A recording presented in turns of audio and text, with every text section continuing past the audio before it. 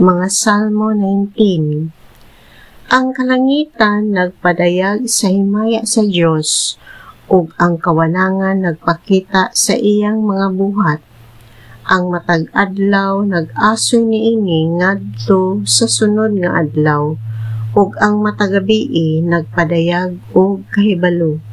Walay sulti o pulong nga gilitok o tingog nga nabati, apan ang ilang kalanog madungog sa tibuok kalibutan.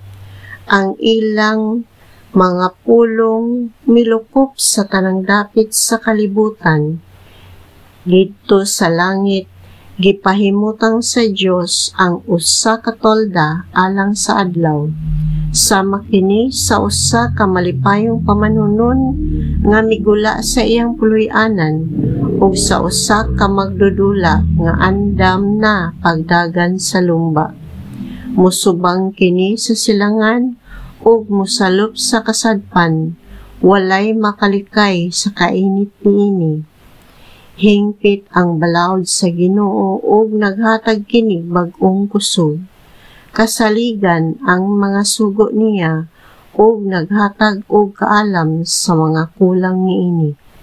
Husto ang mga balaod sa Ginoo ug magmalipayon ang mutuman niini.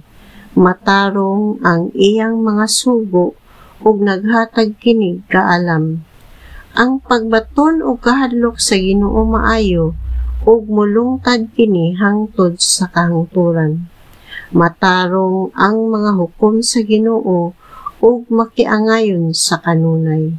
Mas maayo kining tinguhaon kaysa bulawan, bisan sa lunsayng bulawan, ug mas tamis kini kaysa dugos bisan sa lunsayng dugos. Naghatag kinig pahimangno kanako nga imong sulugoon, ug sa pagtuman niini gantihan ako. Walay tawo nga makakita sa kagalingong niyang sayop. Luwasain taon ako, Ginoo, sa mga kasaypanan nga wala ko hibaloi.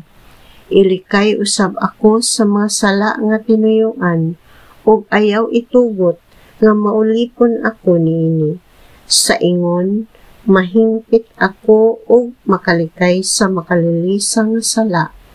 Kay mut-an mo unta ang akong mga pulong ug una-una, o Ginoo nga akong dalangpanan, ug akong manluluwas.